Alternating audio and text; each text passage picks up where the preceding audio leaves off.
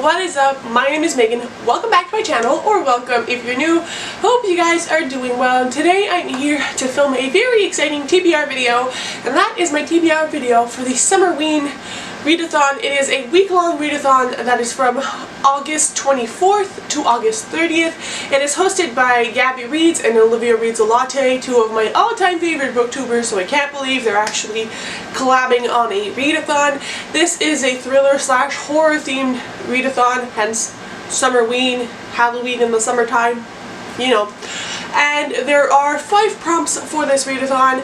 I will be going through what I will be reading for each of them. I will also just mention quickly that I will be weekly vlogging for this. I was considering daily vlogging, but I think it might be too much with it being last week before I start school and all the prep I need to do. But yeah, without further ado, let's hop on into my TBR. The first prompt is to read a book with a creepy cover.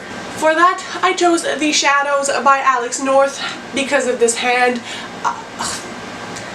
Like a skeletal hand like that actually really does creep me out, and I think just the dark cover and the title, everything about it is creepy. So I decided to pick this one. It also is really helpful because it is on my CANDYLAND Picks My TBR, and I have not yet gotten to this one, so it's a perfect merger of opportunities.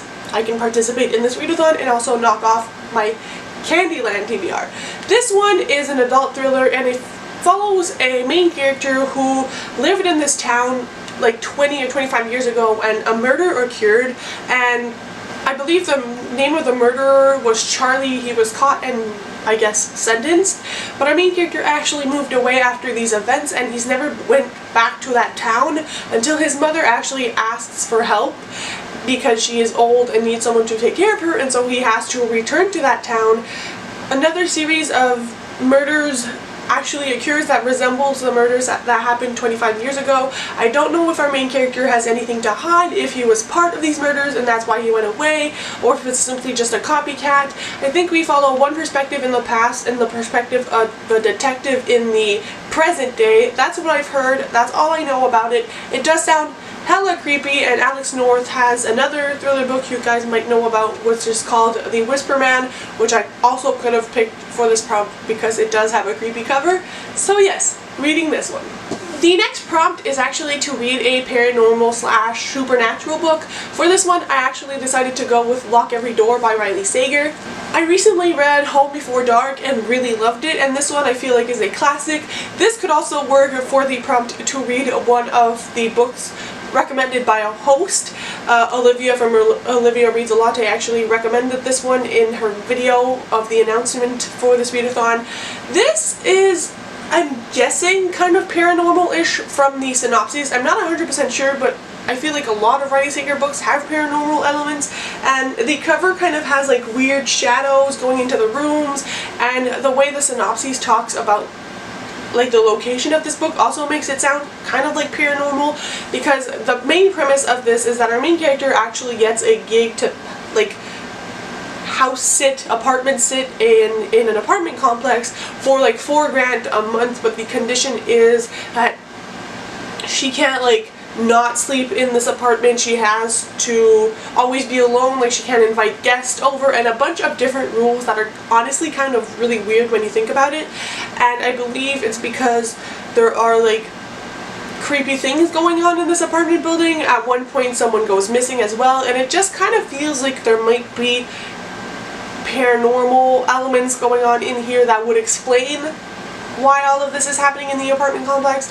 Maybe it's something else, but I'm getting paranormal vibes, so we're counting it for this one.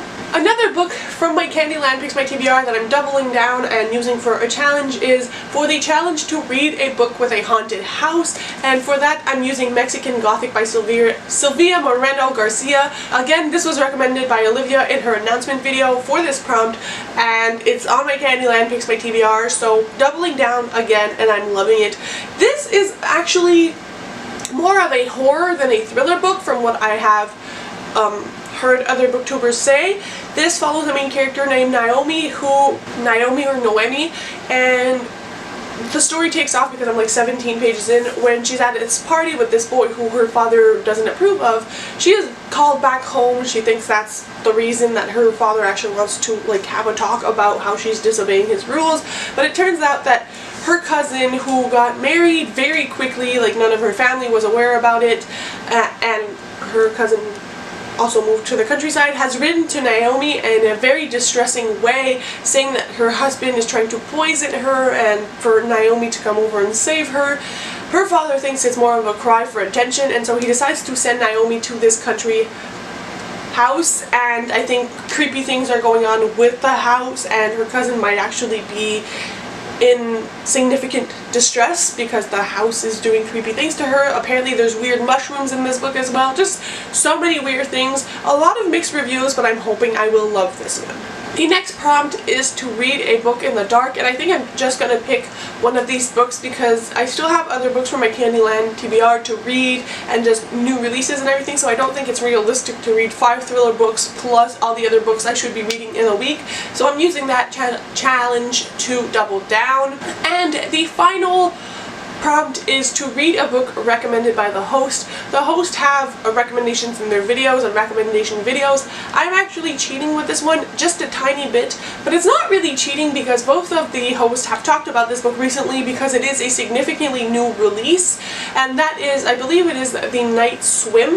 This is a thriller book that has to do with when one woman actually hosting a podcast about cold cases, I believe, and she tries to figure out what actually happened. And then we follow another perspective of a main character whose sister has passed away. I think it was ruled suicide or something of the sorts, but she believes it's not, and like she knows someone murdered her sister, so she tries to get into contact with the person hosting the podcast so that they can help solve the murder case. I think that's how both storylines intertwine. I love anything with a podcast element. I just want to read this book so bad. Gabby recently read it and gave it 4 stars and made like a 3 thrillers video about it, and I know Olivia started reading it in one of her vlogs and said she was really enjoying it, so I'm taking it as both hosts are enjoying it. They would technically recommend it because they enjoyed it, so I'm gonna read it. I mean, Lock Every Door also fulfills this prompt, so it's not the end of the world, but I want to read it, so we're putting it in for this prompt. So those are all the books I'm going to be reading for the week of the 24th. Hopefully I get through all of them. Obviously my CANDYLAND Picks My TBR will be of most importance to get to because I don't want to get punished. But yeah, that's it for this video. Let me know what you guys are reading, if you are participating or if you're participating or not, and I'll see you very soon with another video. Don't forget to subscribe if you want to see my thriller reading week in a vlog. Bye guys, happy reading!